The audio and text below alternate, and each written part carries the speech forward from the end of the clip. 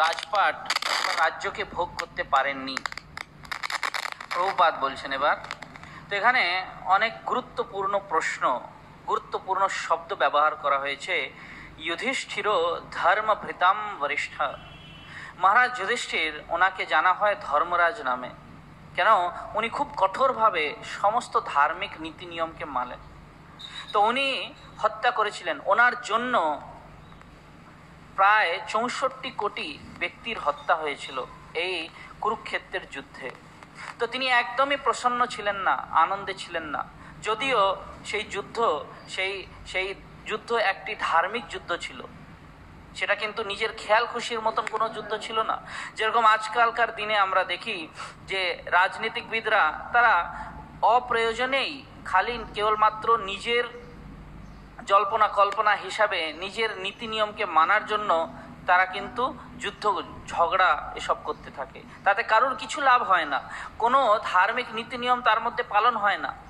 এই সমস্ত যুদ্ধ আমরা দেখি এরা যারা রাজনীতিকবিদ রয়েছে তারা নিজের খেয়াল খুশি মতন করতে থাকে। এটা কিন্তু অনুমোদিত নয় কোনো শাস্ত্রে। এই জন্যে ধর্মযুদ্ধ হওয়া উচিত। ধর্মযুদ্ধ মানে হচ্ছে ধর্ম নীতি হিসাবে যুদ্ধ, অথবা ধর্মের নীতির জন্য যুদ্ধ। তো কি ধর্মের নীতি? ধর্মের নীতিটা কি? তো ধর্মের নীতি এখানে বলা হচ্ছে হাত্বা আততায়ী না। আততায়ী মানে কে?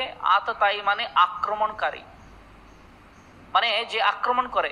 তো যদি কেউ তোমার বাড়িতে আসে আর তোমার স্ত্রীকে হরণ করতে চায়, অথবা তোমার ধন সম্পদকে দখল করতে চায়, অথবা তোমার বাড়িকে পুড়িয়ে দিতে চায়, এরকম ব্যক্তিকে বলা হয় আততায়ী। আর সেই ধরনের আততায়ীকে তৎক্ষণাৎ মেরে দেওয়া উচিত, তৎক্ষণাৎ। এর মধ্যে কোনো অহিংসা বললে অথবা করলে সেটাকে ননসেন্স বলা হয়। যদি কেউ আসছে আর তোমার উপরে আক্রমণ করবে অপ্রয়োজনেই, তো প্রথম কাজ হচ্ছে তোমার ওর হত্যা করে দেওয়া। এটা কিন্তু বৈষ্ণবিজম, এটা বৈষ্ণবতা। এটা বৈষ্ণবতা নয় যে ওহ এই ব্যক্তি আমাকে মারতে আসছে, ঠিক আছে আমাকে একে আলিঙ্গন করা উচিত। না, এরকম কোনো নিয়ম নেই। বলা হচ্ছে যেখানেই আততায়ী অথবা আক্রমণকারী দেখবেন আপনাকে যুদ্ধ করা উচিত, আপনাকে তাকে মেরে দেওয়া উচিত। এইটা হচ্ছে ধর্মের নীতি।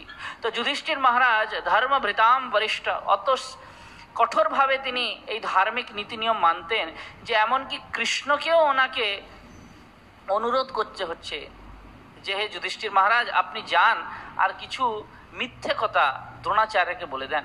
কেন? দ্রোণাচার্য আর কাউকে বিশ্বাস করবে না, কিন্তু যদি আপনি গিয়ে ওখানে ওনাকে বলবেন যে হে গুরুজন, আপনার অশ্বত্থামা যে পুত্র।